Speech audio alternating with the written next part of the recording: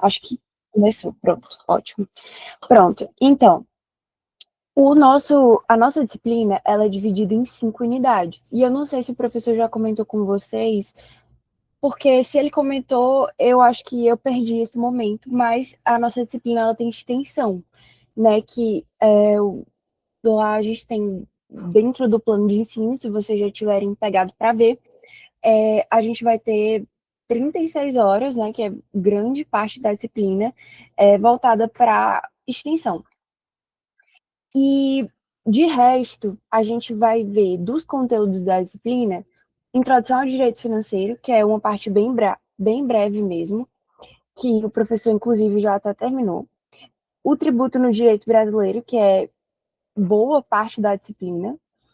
Aí depois, limitações ao poder de tributar e vigência, aplicação e interpretação da lei/legislação tributária, que são, eu digo que os 3 conteúdos de fato da disciplina são 2, 3 e 4. Então essa disciplina eu não acho ela uma disciplina muito grande. A gente tem 3 avaliações, a V1 tem 4 questões objetivas, cada uma vale 1 ponto, e 2 discursivas valendo 3 pontos cada.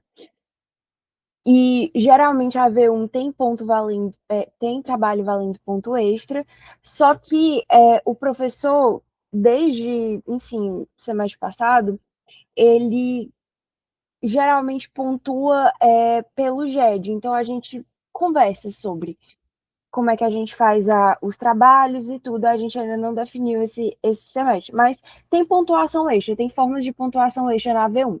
A V2 é o projeto de extensão, aí não tem pontuação extra, porque já tem o projeto de extensão, e a V3 é a colegiada. E aí vamos começar realmente o conteúdo. Então, gente, eu gosto sempre de começar diferenciando o direito financeiro do direito tributário, porque eu acho que em muitos momentos a gente acaba confundindo. E é importante, e por isso que eu trago essa tabelinha aqui, enfim, esse esquemograma, que mostra que o direito financeiro ele é uma área mais ampla, maior, e ele contém o direito tributário. Então, o que, que é propriamente o direito financeiro? Ele é uma área que ele vai analisar as finanças do Estado sob os aspectos jurídicos, e ele usa 4 elementos essenciais para isso, que são a receita pública, o crédito público, a despesa pública e o orçamento público. A receita, ela é basicamente o que a gente chama de arrecadação. E essa arrecadação, ela pode ser originária, ou seja, o Estado vai atuar como um empreendedor mesmo, como a gente sabe que ele tem algumas empresas públicas, sociedade de economia mista, coisas nesses aspectos, ou receitas derivadas, que é aí que vem os tributos. E as receitas derivadas, elas podem ser tanto tributo quanto multas, mas no caso, para vocês terem noção da dimensão que é o direito financeiro, de como ele é amplo, o tributo é só uma forma de arrecadação, tipo assim, ele é minúsculo perto de tanta coisa que tem no direito financeiro. Aí a gente tem o crédito, que são os empréstimos que o Estado pode tomar para, enfim, assumir determinadas responsabilidades, determinados programas sociais, enfim. As despesas são os gastos que esse Estado vai ter, e aí ele pode ter esses gastos tanto com o dinheiro da receita, da arrecadação, quanto pelo crédito, que é o dinheiro de empréstimo que ele pode vir a tomar. Aí a gente tem o orçamento, que é basicamente o planejamento mesmo dessa gestão orçamentária, que é, assim, pelo sistema que foi pensado originalmente, tanto no federalismo, quanto quando a gente pega ali um sistema de freios e contrapesos e a Constituição propriamente de 88, era para ser, né, uma função do executivo, é uma função típica do executivo. Então, o orçamento, ele era para ser do controle do executivo, para ele realmente organizar e pensar. Só que hoje em dia, com emendas constitucionais que vieram nos últimos anos, o legislativo ele tem atuado bastante na nossa questão orçamentária. E por isso que tem grandes discussões sobre essa questão da governabilidade, se há ou não essa possibilidade do governo, do executivo mesmo, ter essa autonomia como tinha antes, porque muito dependia dessa conversa entre o legislativo e o executivo para poder trabalhar a questão do orçamento. Mas, enfim, isso é matéria de direito financeiro. Isso só é conversado em sala porque realmente, enfim, questões atuais e às vezes destoa, né? Mas, para planejar o orçamento, existem 3 marcos legais principais. Quais são esses marcos legais principais? A gente tem o plano plurianual, que são as diretrizes e metas da administração pública. Ele é pensado para 4 anos de governo. Só que uma questão muito interessante, que pouca gente sabe, é que quando eu entro com um plano plurianual, e eu vou, enfim, eu entro no governo, por exemplo, o presidente atual, ele foi eleito em 2022, né, e ele entrou em 2023. Só que o plano plurianual dele começou a vigência apenas em 2024. Então, em 2023, ele ainda estava com plano plurianual, ou seja, diretrizes e metas, em regra, da administração anterior. Porque você tem o primeiro ano de governo ainda, por isso que todo mundo fala, não, mas o primeiro ano de governo não conta. Porque o primeiro ano de governo ainda, as diretrizes e metas que são postas ainda são do plano plurianual do governo anterior. Mas você tem como fazer muita coisa ainda, tá, gente? É bem. Tem muitos outros mecanismos de fazer outras coisas, né? Aí tem a Lei de Diretrizes Orçamentárias, que é a LDO, que ela vai basicamente orientar a elaboração, né, da LOA, que é a Lei Orçamentária Anual, que todo ano, né, vai passar, e aí toda vida a gente vê um mocô de notícias sobre isso. Meu Deus, o Congresso cortou tanto da educação, o Congresso botou tanto e não sei aonde. É sempre na aprovação da LOA, né, da LOA, que todo mundo fala bastante. E aí, a lei das diretrizes orçamentárias, que vai orientar a elaboração da LOA, ela vai definir prioridades e abordar riscos fiscais e o equilíbrio mesmo das contas públicas. A Lei Orçamentária Anual, que é a LOA, é basicamente a programação do ano, né? E por isso que ela é a mais palpável, porque pelo que vocês podem ver aqui, ela é a que trabalha melhor o objetivo, sabe? As outras, elas são muito, nossa meta é essa, nossa meta é essa. Ela é, tipo, muito, vamos falar. Mas a lei orçamentária anual, não, ela é como é que a gente vai fazer para conseguir isso? Quanto que a gente vai destinar para cada coisa? Por isso que ela é que é mais impacta realmente na governabilidade, em como que a economia vai ficar, enfim. Mas o direito financeiro, por que a gente estuda direito financeiro no direito tributário? Para a gente entender que o direito tributário ele faz parte de uma coisa muito maior, e também para a gente entender que o direito financeiro é diferente do direito tributário. Tem aspectos que a gente pode até tangenciar em ambos, mas que uma coisa é uma coisa, outra coisa é outra coisa, entendeu? Porque é uma área que não tem uma matéria para a gente estudar propriamente, então a gente só vê de forma superficial e introdutória. Então é mais para diferenciar e saber que cada um está no seu quadrado. O direito tributário, ele estuda o quê, exatamente? Ele estuda como que o governo vai se relacionar com as pessoas e com as empresas, né, com as pessoas jurídicas, pessoas físicas e jurídicas, que precisam pagar esses tributos.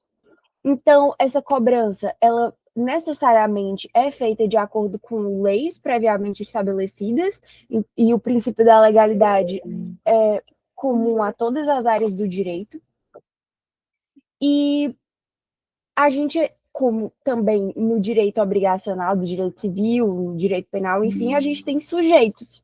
Os nossos sujeitos no direito tributário, que estão no artigo 119 do... Não, o artigo 119 fala do sujeito ativo. O artigo 119 do CTN, ele diz que o sujeito ativo é aquele que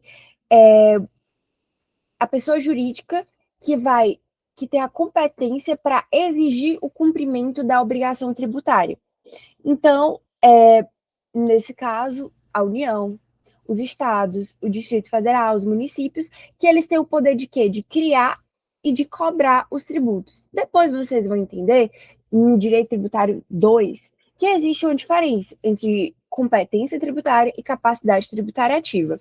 Mas, nesse primeiro momento, você só precisa saber que existe um sujeito ativo, que é aquele que cobra, né, aquele que faz e que cobra, e o sujeito passivo, que é realmente a pessoa que tem que pagar esse tributo, né? Que pode ser tanto o contribuinte, que é o mais comum no dia a dia, que a gente realmente escuta falar, e que vocês vão trabalhar melhor em cima disso nesse semestre, e o responsável tributário, que vocês vão ver só próximo semestre. Vamos adiante.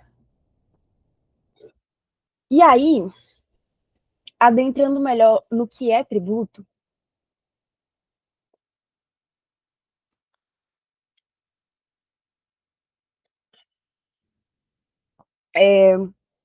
eu já até, enfim, contextualizei bastante falando em direito financeiro, mas quando a gente fala de receita pública derivada, né, que é basicamente como o Estado ganha dinheiro, então, fazendo um paralelo aqui muito esdrúxulo, mas eu, pessoa física, tá? Não falando tipo eu, Isadora, mas eu, pessoa física, acima dos 18 anos, enfim, ganho dinheiro através do meu trabalho, uma remuneração, né?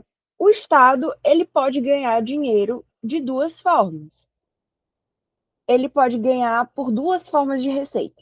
Ou ele origina esse dinheiro, empreendendo e tudo mais, como eu falei anteriormente, ou ele pode também, que é o caso do direito tributário, cobrar uma receita derivada, que é ou tributo ou multa. E o tributo é a forma de receita derivada principal, porque a multa é para ser uma excepcionalidade. E o conceito de tributo, que é muito importante de vocês entenderem, ele está no artigo 3º do CTN. E, basicamente, ele diz o seguinte: o tributo é toda prestação pecuniária, ou seja, em dinheiro, compulsória, ou seja, obrigatória, em moeda ou cujo valor nela se possa exprimir, que não constitua sanção de ato ilícito. Isso aqui é um pouco polêmico e a gente vai falar melhor adiante. Instituída em lei, princípio da legalidade, e cobrada mediante atividade administrativa e plenamente vinculada. Ou seja, como assim plenamente vinculada? Aqui, enquanto agente político, público, eu não tenho poder de barganhar, de te dar um preço diferente na cobrança do tributo. É o preço que está instituído em lei, não tem discricionariedade, por isso que diz que é uma atividade administrativa plenamente vinculada. Não existe negociação. E aí, quando a gente vai analisar melhor a constitucionalização, né, de 88 e o direito tributário, a gente vê que o CTN ele prevê 3 tipos de tributo, que são os impostos, as taxas e a contribuição de melhoria. E isso a gente chamava de teoria tripartite.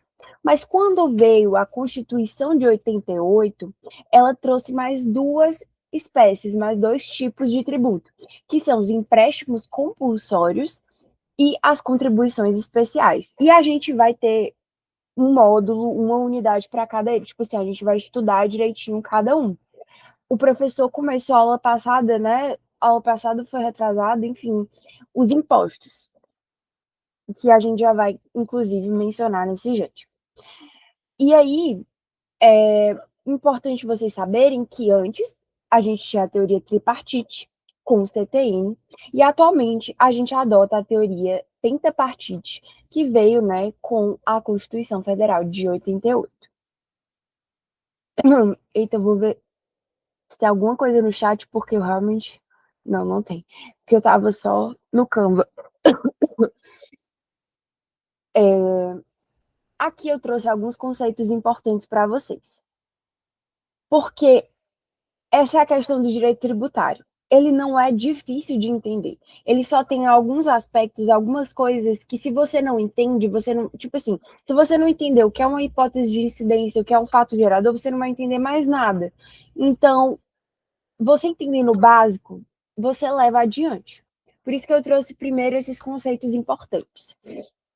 Primeiro, o que é atividade vinculada, né? O que é uma atividade administrativa vinculada? Ela significa exatamente o que eu estava falando anteriormente, que a administração pública deve seguir rigorosamente a lei, sem essa liberdade para decidir se deve ou não cobrar o tributo, e sem esse espaço para discricionariedade, para essa, como é que eu posso dizer, para essa barganha, para essa negociação de valores e tal. É o que está na lei, está ali estipulado como deve ser cobrado. Como vocês vão ver mais adiante, tem um cálculo específico para ser tudo, tem uma alíquota específica para cada situação. Então, não cabe assim um preço de mercado ou um desconto, uma coisa que a administração pública vai simplesmente, gostei de você, vou lhe dar um desconto. Não pode ser assim. E aí, a obrigação de tributo, ela pode estar relacionada a uma ação que é do Estado ou uma ação que é do contribuinte. Quando o Estado ele faz uma coisa, quando ele é quando ele realmente é o agente ali, quando ele está agindo, tanto para beneficiar o contribuinte, no sentido de uma obra que vai valorizar um imóvel, ou, sei lá, quando ele está prestando determinado serviço, quando ele está atuando ali no poder de polícia, de fiscalizar, enfim, quando há uma movimentação do Estado, e você precisa, a partir dessa movimentação, pagar um tributo, a gente diz que esse tributo que você paga, por conta dessa movimentação do Estado, é um tributo vinculado a uma atuação estatal. Mas, em contrapartida, quando a obrigação ela decorre das ações do contribuinte, tipo, eu, contribuinte, o Estado não fez nada, ok? Eu, contribuinte, comprei um carro. E por eu ter comprado um carro, eu vou ter que pagar o meu IPVA. Veja, o Estado não fez nada aqui. Eu que fiz, eu fui lá, comprei meu carro e eu vou ter que pagar IPVA agora. Por isso que esse tributo ele não está vinculado a nenhuma atuação do Estado, porque o Estado não fez absolutamente nada. É diferente de quando o Estado faz uma obra pública, valoriza o meu imóvel absurdamente, e aí eu preciso pagar uma contribuição de melhoria. É totalmente diferente. Ou quando o Estado presta um serviço para mim e eu preciso pagar uma taxa. É diferente de eu auferir renda através do meu trabalho e ter que pagar imposto de renda. Porque, veja, não tem nada do Estado nisso. Eu posso até ser um trabalhador que trabalha para o Estado, mas o mérito ali do trabalho é totalmente meu. Então, não tem nada a ver. Não é o Estado que está fazendo, sou eu que estou fazendo. Por isso que o tributo que eu estou pagando é não vinculado. E aí, é diferente. Veja, eu já trabalhei aqui vinculação de diferentes maneiras. Atividade vinculada, tributo vinculado ou não vinculado, e arrecadação, que a gente vai entrar agora. A arrecadação vinculada é outra coisa. A arrecadação ela é vinculada quando os tributos ele tem uma finalidade específica definida por lei. Por exemplo, isso acontece muito em taxas, isso acontece muito em... Como é que eu posso... Deixa eu pegar outro.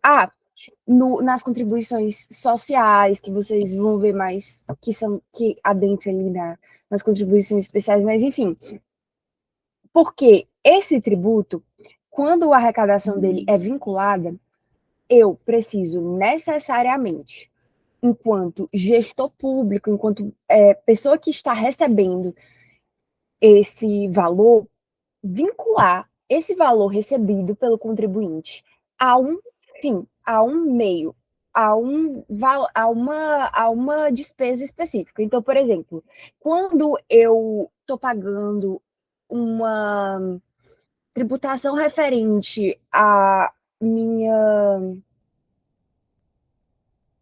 à minha previdência, né, que vocês vão entrar muito mais adiante em contribuição social, especial, enfim, mas aí é o último de todos, mas só para vocês entenderem, eu estou pagando para a minha previdência. O gestor público, ele pode pegar o dinheiro que eu estou pagando para a previdência, tirar e botar numa obra para fazer uma escola? Não, ele não pode fazer isso. Ele tem que necessariamente botar aquele dinheiro para a previdência.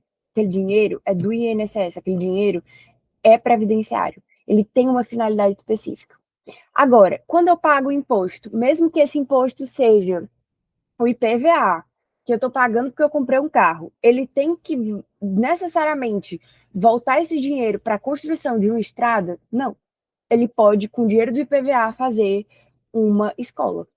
Ele pode, com o dinheiro do IPVA, fazer o que ele bem entender. Porque esse dinheiro de imposto, que inclusive a gente vai ver mais adiante, né, sobre os impostos, que é, inclusive, a principal, por isso que a gente paga tantos impostos, porque o dinheiro do imposto, ele tem essa característica de ter uma arrecadação não vinculada, então ele vai entrar no orçamento.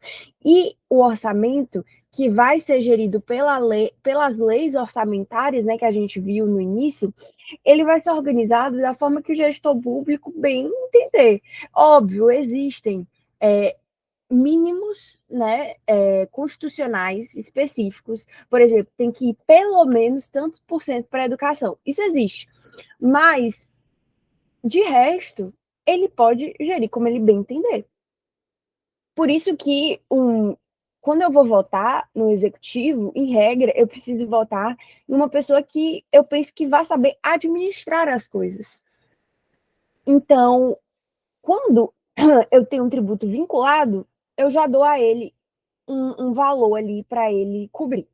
Quando ele não está vinculado, o gestor escolhe como esse dinheiro vai ser organizado. Aí a gente vai entrar agora nos dois conceitos mais importantes que eu digo do direito tributário. Direito tributário como um todo. Os dois conceitos mais importantes são hipótese de incidência e fato gerador. E aí eu vou pegar uma coisa que eu sempre uso, assim, que para mim, enquanto aluna, foi muito útil para entender hipótese de incidência e fato gerador, que é o seguinte, gente, hipótese. A palavra hipótese lembra vocês o quê? É uma coisa que pode estar no plano ideal, né? Pode ou não pode acontecer, certo? Então, é uma coisa que, por exemplo, eu posso, daqui a 20 anos, sei lá, ser milionária. Se eu for milionária daqui a 20 anos, eu vou ter que pagar a alíquota máxima do imposto de renda. Se eu for milionária daqui a 20 anos. Por quê, Isadora, que tu vai ter que pagar a alíquota máxima no imposto de renda se tu for milionária daqui a 20 anos? Porque tem lei que eu vou ter que fazer isso. E a lei, ela só trabalha em hipótese. Ela não está dizendo a Isadora vai ter que pagar tanto. Não. A lei diz, a partir de tantos por ano, você vai ter que pagar X de alíquota. Então, se eu me encaixar dentro daquela hipótese imposta por lei, aí eu me encaixando, eu, Isadora, fazendo isso, acontece o que a gente chama de fato gerador. Por quê? Porque isso é um fato. Deixa de ser uma hipótese, que é a norma fria, seca da lei, e vira um fato. É uma questão real. O Joãozinho comprou o carro. É diferente de, se você comprou um carro, você vai ter que pagar um imposto sobre propriedade do veículo automotor. É diferente, entenda. Pode ninguém comprar um carro, pode uma pessoa ter um carro, duas, três, eu não estou especificando, é uma hipótese. Ela é uma previsão legal de uma situação que, se ocorrer na vida real, faz surgir a obrigação de pagar um tributo. E toda lei trabalha com isso, entende? Toda lei trabalha com questões hipotéticas. Porque a gente, por exemplo, no direito penal, se você matar alguém, você passa tantos anos preso. Aí, quando aquilo vira realidade, você matou alguém, aquilo é um fato, entendeu? É uma questão real. Então, para mim, eu, enquanto aluna, só entendi hipótese de incidência e fato gerador dessa forma. A hipótese de incidência é aquilo hipotético, aquele cenário que pode ou não acontecer, aquele cenário em lei. Por exemplo, você tem um imóvel que, por conta de uma obra pública, sofreu melhorias e tal, vai ter que pagar tanto. Na lei, ninguém está especificado, só está especificado uma situação que a gente chama de hipótese de incidência aqui. Por que de incidência? Porque vai incidir uma tributação sobre essa hipótese. Então, enquanto essa situação for apenas teórica, ela continua sendo chamada de hipótese de incidência. E aí aqui eu trago o exemplo, né, do artigo 29 do CTN, diz que se alguém adquirir uma propriedade fora da zona urbana, vai ter que pagar o ITR. O que é a zona urbana? A zona urbana é aquela zona que o município vai trabalhar e vai fazer aquele plano, aquele estatuto da cidade todo em cima. A zona que não faz parte ali dessa municipalidade é a zona rural, que a gente chama. E essa zona, se você tem uma propriedade, você não paga IPTU, mas você paga o ITR. Mas você, fulaninho de tal, pode nunca ter uma propriedade ali. Isso é uma hipótese, entende? Por isso que está na lei. Agora, depois que essa hipótese de incidência acontece na vida real, ela deixa de ser apenas uma possibilidade e ela se transforma no que a gente chama de fato gerador. Como assim fato gerador, Isadora? É o fato gerador da obrigação de pagar o tributo. Entendem? Então, a hipótese da incidência da tributação e o fato gerador da obrigação de pagar o tributo. E aí, quando a hipótese de incidência vira realidade, é o que a gente chama de fato gerador. E, gente, eu não encontrei. E aí, se vocês não tiverem entendido, a gente tenta, no particular, vocês me chamam e a gente tenta, de alguma forma, nem que eu tenha que pedir para as 1000 IAs que existem hoje em dia no mundo me ajudarem a explicar isso de forma mais clara, mas eu não encontrei uma forma mais simples de explicar isso aqui. Então, caso alguém não tenha entendido, eu peço, por favor, que entre em contato comigo para que a gente fale sobre isso aqui, porque esse assunto, hipótese de incidência, fato gerador, é o que vai te guiar por toda a disciplina. É o que vai realmente te ajudar a ter uma noção de direito tributário. Eu sei que, e para quem entendeu, parece, nossa, mas como isso aí vai me ajudar? É tão simples. Para algumas pessoas isso pode parecer simples, mas eu juro, isso ajuda muito, muito, muito, muito. E aí, eu prometo que eu não vou me alongar muito. Já estamos no último slide. E eu me alonguei mais só porque hoje foi o primeiro GED, tá, gente? Então, último slide, tá? Aqui a gente vai falar das funções do tributo. Como vocês com certeza ouviram o professor falar essas últimas aulas, mas o tributo pode ter uma função fiscal, mas o tributo pode ter uma função extrafiscal. Oi, tipo assim, como assim extra fiscal? Vamos lá. Fiscal, que é a mais fácil de todas. Dinheiro. Ele tem como objetivo arrecadar recursos para o Estado. A finalidade dele é financiar os serviços públicos. Então, lembra como lá no início do curso a gente aprendia sobre função típica e função atípica? Gente, é tipo assim, a função típica do executivo é administrar. A função atípica do executivo pode ser legislar. Pronto. Então, quando eu falo de função de tributo, a função típica do tributo é fiscal. A função típica dele é ganhar dinheiro, é arrecadar dinheiro para o Estado. Mas existe uma função extrafiscal, ou seja, uma função atípica, que é muito utilizada pelo governo para poder desestimular determinados comportamentos, e esse desestímulo ele tem vários fatores e várias, enfim, relevâncias, mas a principal é regular a economia nacional. Por exemplo, né, que o professor inclusive citou em sala de aula, que foi a questão das taxações, né, em cima, na verdade nem são taxações, são impostos, mas enfim, em cima das blusas e blusinhas da Shein, que todo mundo falou muito sobre isso. Mas o que foi aquilo?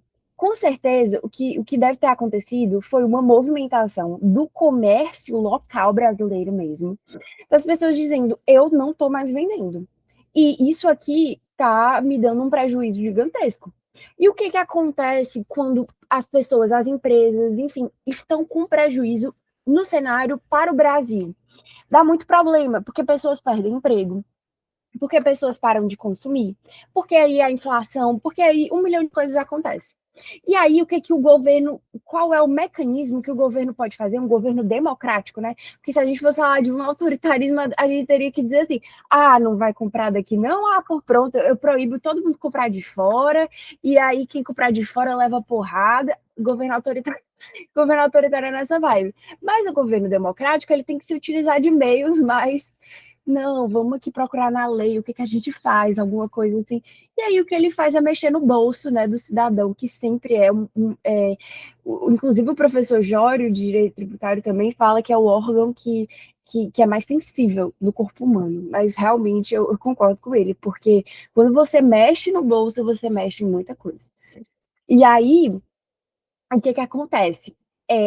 Quando o governo coloca, né, essa tributação em cima das blusinhas da Shein, a Shein deixa de existir aqui? Não, mas as lojas nacionais da Shein, porque a Shein trabalha, né, aparentemente com várias lojas dentro da plataforma, e da Shopee e das várias plataformas começam a ascender mais, a crescer mais, as pessoas começam a consumir e botar lá, envio nacional. Por quê? Porque elas não querem ser claro, houve a remessa conforme, houve alguns tipos de movimentação nesse sentido, porque também é interessante a importação, mesmo que não pareça no primeiro momento, é interessante porque isso fortalece o comércio exterior de alguma forma. E como era a China é um grande parceiro comercial do Brasil, porque ela importa muito do Brasil e exportar é muito bom. Então, a gente não desestimulou 100%, porque também não seria positivo para o Brasil. Então, a gente só mediou, digamos assim. Mas, pelo que vocês estão ouvindo, né, da minha parte e também do professor, essa função extrafiscal, ela é uma utilização da tributação como um instrumento de intervenção estatal, visando regular a economia, orientar comportamentos sociais e promover políticas públicas. Em vez de focar necessariamente na arrecadação, porque quando eu uso a função extrafiscal, eu não quero arrecadar. Eu quero que as pessoas parem de fazer determinada coisa. Então, quando a gente pensa, mas ele quer lucrar com as blusinhas da Shein. Não é isso. Ele quer que as pessoas parem de comprar a blusinha da Shein. Porque ele seria muito, assim, burro de pensar que eu vou comprar a blusinha da China se aqui no Brasil eu achar mais barato, né? Entendeu? Então, tem uma matemática toda financeira por trás. O governo, gente, ele tem muito dinheiro. Muito mesmo. Por mais que tipo assim, é um dinheiro assim inexplicável. Eu acho bizarro, assim, quando a gente pensa na arrecadação. E aí, até a questão, por exemplo, de aumentar impostos sobre cigarro, que a gente pensa, não, o que isso tem a ver com a economia? Mas vocês têm noção do quanto de gasto público o SUS tem com fumante? Então, tudo tem a ver com a economia. Tudo, tudo, tudo. E aí entra naquela questão do IPTU sanção e tudo, a extrafiscalidade, porque, gente, inclusive o professor, ele explica de uma forma que eu amo o professor, tipo assim, ele é uma pessoa que eu tenho um carinho gigantesco, mas ele explica de uma forma que para mim não fica tão legal e que eu já opto por uma questão diferente. Por quê? Porque quando a gente vai falar de tributo, a gente vai no conceito do artigo 3º do CTN, né? E lá está dizendo, não pode ser sanção por ato ilícito. E aí, quando ele fala, não, mas pode, mesmo que ele explique tudo, você fica, como assim, pode e não pode? Como assim, eu não estou entendendo? Porque eu, particularmente, ficaria assim, no lugar de vocês, e fiquei, né, em determinados momentos. Mas, como eu gostei muito de direito tributário, eu fui atrás de alguns autores mais clássicos, algumas pessoas, e, enfim, para entender um pouco mais sobre como assim sanção por ato ilícito, se não pode, como é que pode, para tentar entender, sabe? E aí existe um autor muito bom, que ele é tipo o divo rei do direito tributário, que chama Alfredo Augusto Becker. E esse cara, ele explica muita coisa. E ele deixa muita coisa clara.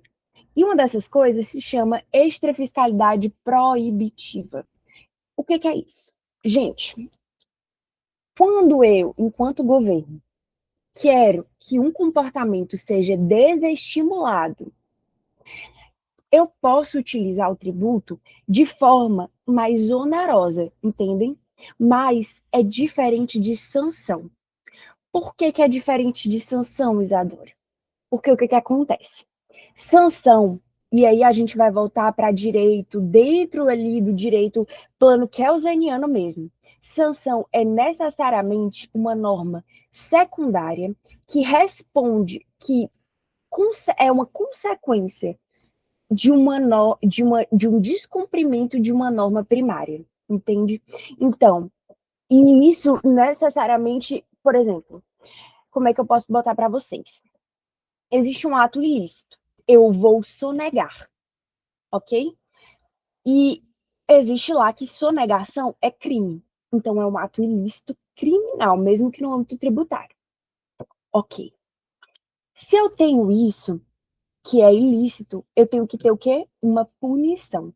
Claro que a gente não vai falar que existe, que não existe, né, como é que eu posso dizer? Uma questão de prisão e tudo no aspecto penal, porque isso aí a gente não adentra, porque isso não é nossa esfera. Mas dentro do criminal mesmo existem sanções tributárias. E como é que a gente trabalha com essa sanção? A gente usa a nossa irmã, receita derivada, que é a multa. Mas multa é diferente de tributo. A multa, ela é necessariamente uma sanção. Então, ela vem e incide sobre esses atos ilícitos. Só que o que acontece com o IPTU sanção, que na verdade é muito mal chamado, porque não é IPTU sanção, é o IPTU progressivo no tempo, certo? Gente, o IPTU progressivo no tempo, basicamente o que acontece? Existe no Estatuto da Cidade, que é uma lei municipal, uma questão de que é o que é dar a função social da sua propriedade. É você basicamente ter um lote, uma coisa de terra, mas você não pode só ficar com essa terra inútil, você tem que dar uma função para aquela terra. E naquele plano municipal, isso vai ser muito bem especificado no plano diretor, enfim. Enfim, quando eu vejo que aquela terra não está tendo a devida função social atendida, aquela pessoa está deixando o terreno baldio, eu, enquanto Estado, faço uma movimentação. Que movimentação é essa? Eu vou lá e eu vou dizer, eu vou avisar aquela pessoa, olha, o que você está fazendo não é o ideal, não é o correto. Veja, não é o crime, não é um ato ilícito. Só que não é o que a gente pretende. Tipo assim, pode até não estar seguindo uma norma, pode não estar dando uma função social, mas é diferente um crime de não fazer determinada coisa, entende? A gente sabe quais são as esferas da responsabilidade. A gente sabe que é uma responsabilidade administrativa e uma responsabilidade criminal. Portanto, quando eu, enquanto gestor público, vou lá e digo, olha, o que você está fazendo não pode, e por conta disso, mas eu vou avisar, eu vou dar um tempo para aquela pessoa dar uma função, entendeu? Se ela não der, aí, para ela começar a dar, eu vou cobrar um IPTU progressivo. O que é um IPTU progressivo? Eu vou aumentando o IPTU sobre aquele terreno com o tempo, para desestimular. Por que desestimular, Isadora? Porque na hora que ele começar a dar a função social da propriedade para aquele terreno, eu paro e o IPTU volta ao normal. É diferente de quando eu sonego, porque não adianta eu parar de sonegar. Eu soneguei, então eu vou ter que ser punido por aquele ato ilícito. E aí que mora a questão. Eu posso cobrar um tributo para punir uma pessoa porque ela sonegou? Não, porque tributo não é sanção por ato ilícito. Agora, eu posso cobrar um tributo para fazer uma pessoa parar de fazer uma coisa? Posso. porque o tributo tem a função extrafiscal. E existe, mais especificamente, a extrafiscalidade proibitiva, que é essa questão do desestímulo, mesmo que coercitivo, mesmo que pareça uma sanção, existe essa diferença. Na hora que eu parar de fazer, para de ser cobrado. Mas um ato ilícito, ele tem a punição dele. Eu matei uma pessoa, não adianta ela reviver, entendeu? Tipo assim, eu tentei matar uma pessoa, não adianta. Era a minha intenção, é o crime, entendeu? Eu roubei, não adianta se eu devolver o dinheiro, posso até diminuir a pena, mas eu vou pagar por aquilo ali. E essa é a diferença. Ninguém paga tributo por conta disso. E aí, por fim, gente, a gente só adentra aqui impostos, bem direitinho, que eu já dei toda a definição do básico, então você já sabe o que é imposto. Eu só vou dizer, o imposto, ele não depende da contraprestação direta do Estado, então ele é uma coisa do tipo, eu fiz, eu pago. Fato gerador está em mim, mora em mim. Eu comprei um carro, eu pago IPVA. Eu oferi renda, eu pago imposto de renda.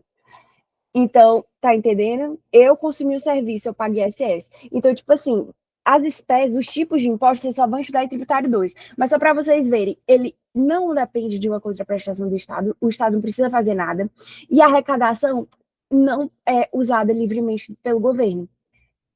Ou, perdão, ela pode ser usada, desculpa aí que eu viajei, ela pode ser usada livremente pelo governo, conforme as prioridades do orçamento público, que são definidas por quem? Pelo governo. Então, ele é um tributo não vinculado de... Ele é um tributo não vinculado, de arrecadação não vinculada. Mas, Isadora, e a atividade administrativa? Sempre vai ser vinculada para a cobrança de tributo. É diferente. E, para finalizar, pecúnia non olé. O que é pecúnia non olé, Isadora? Gente, só para contextualizar vocês. Pecúnia non olé, em latim, significa o dinheiro não tem cheiro. E é só para vocês saberem que o fato gerador de um tributo, ele é observado de forma objetiva. Então, não importa a origem desse tributo, não importa se ele é de lavagem de dinheiro, se ele é de qualquer coisa, atividade criminosa, de roubo, se você auferiu, se entrou na sua conta que está ligada a seu CPF, que está ligada à sua conta do banco, você vai pagar o tributo. Acabou-se. Essas outras questões, elas vão ser analisadas no âmbito criminal, o que não tem nada a ver, entendeu? Então, dinheiro não tem cheiro. É isso que a gente fala, princípio da pecúnia non olé. Eu não ligo para o que você fez. Se você fez um fato gerador de pagamento de tributo, se aquele carro ali foi recebido, foi de roubo, de qualquer coisa ali, você conseguiu passar para o seu nome, de dinheiro lavado, enfim, você tem um carro, você paga IPVA, entendeu? Porque não é justo eu dizer para o coleguinha que comprou o carro suado no financiamento, ficou 5 anos num consórcio, que ele tem que pagar, e você que conseguiu no bem bom não pagar. Então é isso que a gente pensa no direito tributário. Os outros aspectos são do direito criminal. Gente, terminamos. Agora eu peço só que vocês coloquem o nome de vocês aqui para eu poder ver quem é que estava presente. E é isso. Qualquer dúvida, podem me chamar no pessoal. E muito obrigada por comparecerem, tá?